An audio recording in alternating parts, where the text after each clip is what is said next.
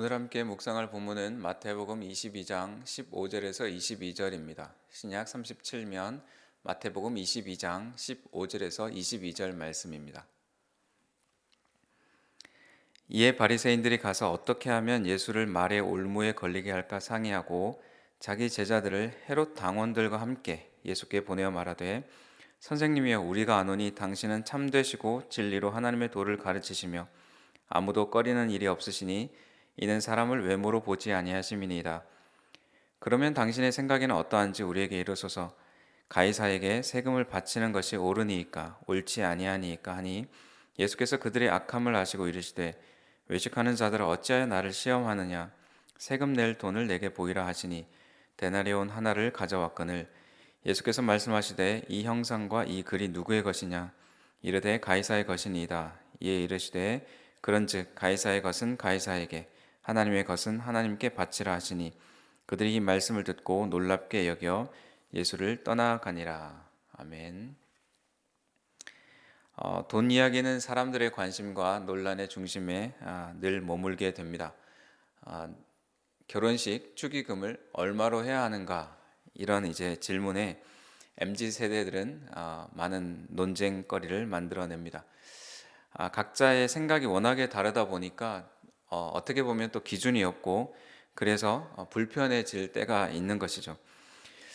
결혼식 축의금을 얼마로 해야 되는가 이 설문을 최근에 또 1,000명이 넘는 직장인들에게 실시했었는데 같은 팀이지만 덜 친하고 협업할 때만 마주치는 그런 동료들에게는 5만 원만 해도 된다라는 의견이 한 65%, 한 3분의 2가 그렇게 대답을 했고 또 거의 매일 연락하고 만남이 잦은 친구에게는 지인들에게는 10만 원을 하는 것이 36.1%로 가장 많은 의견이 나왔습니다.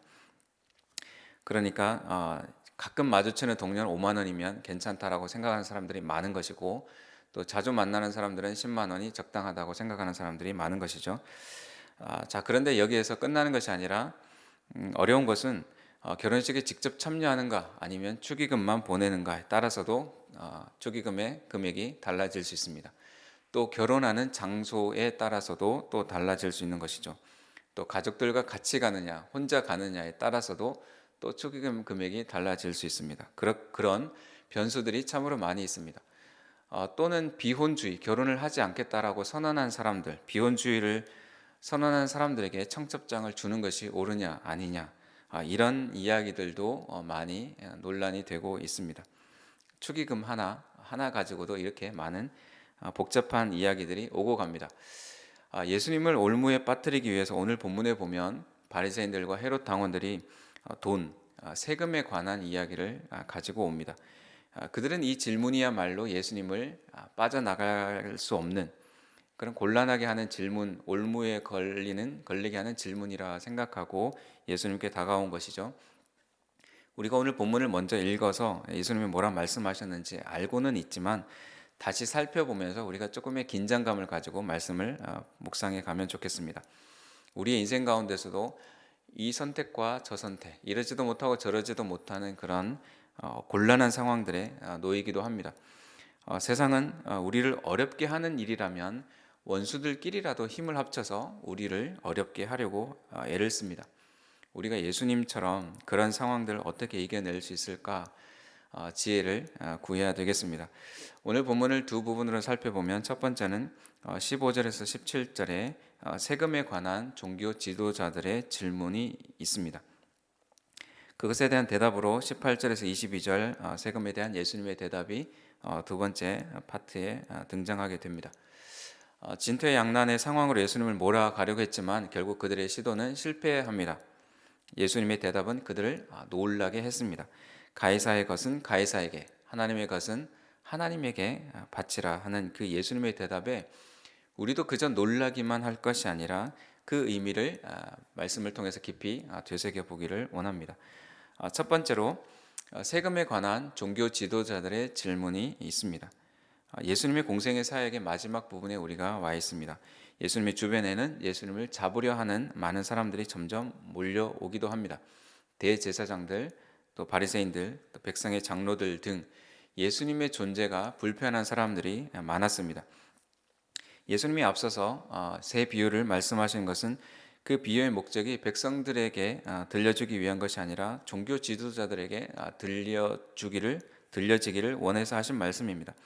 그래서 21장 45절에 보면 똑똑한 대제사장들과 바리새인들이 자기들을 향한 말씀이구나 이걸 알고 눈치를 챕니다. 두 번째 비유까지 들었을 때는 많은 군중들 때문에 무리들 때문에 예수님을 어찌어찌 하지 못하다가 세 번째 비유를 듣고 나서는 자, 이대로 계속 예수님을 무방비 상태로 두면 자신들의 권위와 영향력이 훼손되겠다 생각을 해서 전면전으로 나서게 되어지는 것이 오늘 본문입니다. 예수님을 어떻게 하면 넘어뜨릴 수 있을까 제대로 계획을 세워서 다가오고 있는 것이죠. 15절 말씀 보면 이에 바리새인들이 가서 어떻게 하면 예수를 말의 올무에 걸리게 할까 상의하고 예수님이 지금까지 많은 비유를 하시면서 말을 많이 하셨습니다. 그 말을 많이 하시니까 그 말 중에 하나라도 어떻게 꼬투리를 잡아서 올무에 걸리게 하려고 하는 것이죠. 유명한 사람들이 SNS에 뭐 사진이나 글을 올릴 때 우리가 대부분은 그런 소식을 잘 접하지 못합니다. 그런데 우리가 뉴스로 접하는 소식은 무언가 충격적이거나 비상식적인 그런 이야기를 접하게 되어집니다. 그 사람이 평소에 잘 말하다가도 어떤 하나의 실수를 하게 되면 그것이 논란이 되어지는 것이죠. 실수할 수 있는데 지금은 그게 기록으로 남겨지니까 온라인으로 올라가니까 다시 회수하거나 주워 담기가 어렵습니다. 바리새인들이 가서 대책 회의를 했습니다. 상의를 했다는 것은 잠깐 상의를 한 것이 아니라 정말 진지하고 깊은 논의 속에서 어떻게 하면 예수님을 올무에 걸릴까 진지하게 고민을 많이 했다라는 것입니다. 웬만해서는 예수님을 이길 수 없으니까 얼마나 머리 아프게 예수님을 올무에 걸리게 할까 대응 방안을 세웠겠습니까? 자, 그래서 질문 하나를 가지고 예수님께 갑니다. 그런데 누구를 같이 데리고 가는가 보면 헤롯 당원들을 데리고 갑니다. 바리새인들은 자신의 제자들 중에 선별된 그런 제자들을 헤롯 당원과 함께 예수님께로 보냅니다. 예수님께 질문을 던지고 그 입을 주목하는 사람들이 이제 많아져 있는 상황이죠. 요즘처럼 영상으로 기록을 남긴다면 한 명만 가도 되겠지만 그 당시에는 그런 것이 없으니까 많은 증인들을 어쨌든 데리고 갑니다. 그런데 이 증인들을 살펴보면 참 흥미롭습니다. 바리새인들은 로마에 반대하는 민족주의자들이고 헤롯 당원은 로마에 충성하는 친로마주의자입니다. 마치 친일파와 독립운동가가 함께 협력하는 이상한 그림이 그려져 있습니다. 그들은 예수님을 이쪽이든 아니면 저쪽이든 올무에만 걸릴 수 있다면 그 이상한 조합을 참을만 하면서 예수님을 공격해 오는 것이죠. 16절 하반부에 그들이 이렇게 질문합니다. 선생님이여, 우리가 아노니 당신은 참되시고 진리로 하나님의 도를 가르치시며 아무도 꺼리는 일이 없으시니 이는 사람을 외모로 보지 아니하심이니이다. 이 말은 예수님을 칭찬하는 듯하지만 긴장감을 늦추는 척하다가 목덜미를 물려고 하는 공격과 같습니다. 17절에 그들의 본격적인 공격이 드러납니다. 자, 그러면 당신의 생각에는 어떠한지 우리에게 이르소서. 가이사에게 세금을 바치는 것이 옳으니까 옳지 아니하니까 하니. 자, 이 질문으로 그들이 곰곰이 생각했던 이 질문으로 예수님께 덫을 놓았습니다. 가이사에게 세금을 바치기 원하는 헤롯 당원들, 또 바치지 않기를 원하는 바리새인들, 이 사이에 예수님이 계십니다. 16절의 칭찬은 이 질문을 위한 것이었습니다. 자, 아무에게도 매이지 않고 아무에게도 누구에게도 좌우되지 않고 눈치 보는 사람도 아니니까 속 시원하게 한번 말씀해 보시죠. 황제든 백성이든 보이는 어떤 외모로 사람을 판단하지 않으시니까 어디 황제에 대해서라도 할 말이 있으면 소신 있게 한번 말씀해 보시지요 라고 말하는 것과 같은 뉘앙스입니다. 자, 예수님을 이제 코너로 몰아서 피할 곳이 없이 만드는 기가 막힌 질문을 던졌습니다. 예수님의 비유를 들었다면 바리새인들은 회개를 해야 되지만 더 악한 생각과 행동으로 예수님께 대항을 하고 있습니다. 잘못을 인정하고 멈추는 데는 큰 용기가 필요합니다. 그런데 그들은 그런 용기보다 체면과 권위를 내세우면서 한 발도 물러나지 않으려고 합니다. 우리 안에도 이런 혹여나 이런 고집과 악함이 있다면 주님 앞에서 멈추기를 원합니다.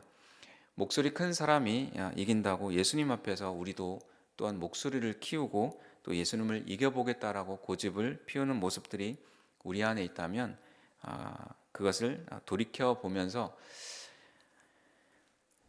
나의 잘못을 인정하고 멈추는 그런 용기를 우리 성도님들이 가질 수 있기를 간절히 소망합니다. 두 번째는 18절에서 22절인데 세금에 대한 예수님의 대답이 등장합니다. 자, 예수님이 바리새인 제자들과 헤롯 당원들의 앞에서 역시 이 친구들이 좀 젊으니까 다르구나. 나의 가르침을 인정하는구나. 그들의 칭찬들을 들으면서 예수님이 그렇게 생각하셨을까요? 아닙니다. 이 질문을 한 그들의 악함을 아시고 예수님이 그 의도를 아시고 의도를 밝히십니다. 18절에 예수께서 그들의 악함을 아시고 이르시되 외식하는 자들아 어찌하여 나를 시험하느냐. 자, 그러면서 바로 이어서 세금 낼 돈을 보이라고 말씀하십니다. 자, 로마의 황제인 가이사에게 세금을 바칠 동전은 데나리온입니다. 19절 세금 낼 돈을 내게 보이라 하시니 데나리온 하나를 가져왔거늘 그 데나리온에는 황제의 초상이 있었고 이런 문구가 있습니다. 만인의 주 신성한 아구스도의 아들 디베료 가이사라는 그런 문구가 쓰여져 있는 동전입니다. 하나님이 아닌 황제를 신이라 호칭하는 이 동전을 유대인들은 가지고 다니기 싫어했습니다. 그래서 성전에 바치는 세금에는 세겔이라는 다른 동전을 만들어서 사용을 했습니다. 예수님이 데나리온을 가져오라 하니까 그들이 가져옵니다. 어떤 번역에는 바로 보여드렸다라고 번역이 되어 있기도 하고 어떤 번역본에는 가져와서 드렸다라고도 번역이 되어 있습니다. 유대인들은 이 동전을 가지고 다니기 싫어했으니까 그들이 가지고 있는 것이 없어서 어디 가서 가지고 왔을 수도 있고 만약에 자기들의 주머니에서 바로 꺼내서 보여드렸다면 싫어하지만 돈이라면 좋아서 가지고 다니는 그런 이중성을 볼 수 있겠습니다. 자, 예수님이 이어서 질문하십니다. 20절 하반부에 이 형상과 이 글이 누구의 것이냐. 예수님의 질문은 어렵지 않았습니다. 모를 사람이 없는 그런 질문을 하십니다. 자, 그들이 가이사의 것이라 대답을 합니다. 그러니까 예수님이 21절 후반부에 그런즉 가이사의 것은 가이사에게 하나님의 것은 하나님께 바치라고 대답을 하십니다. 자, 황제의 얼굴과 이름이 새겨져 있는 동전은 가이사에게 돌려주라라고 말씀하시는 거죠. 세금을 낸다는 것은 유대인들이 가이사의 지배를 받고 있고 복종을 해야 함을 의미합니다. 예수님이 가이사의 것은 가이사에게 돌려줘야지 하고 말씀을 끝맺으시는 것이 아니라 이어서 하나님의 것은 하나님에게 바치라라고 대조를 하시면서 말씀하십니다. 자, 17절에 바리새인들이 질문을 하면서 세금을 바치는 것이 여기서 바치는 것이 옳으니까 이렇게 바치다라는 말을 하는데 이 바친다는 것과 21절에 바치다라는 단어는 같지 않습니다. 21절에 예수님이 말씀하실 때 바치다라는 단어는 되돌려주다, 갚다, 갚아주다라는 의미입니다.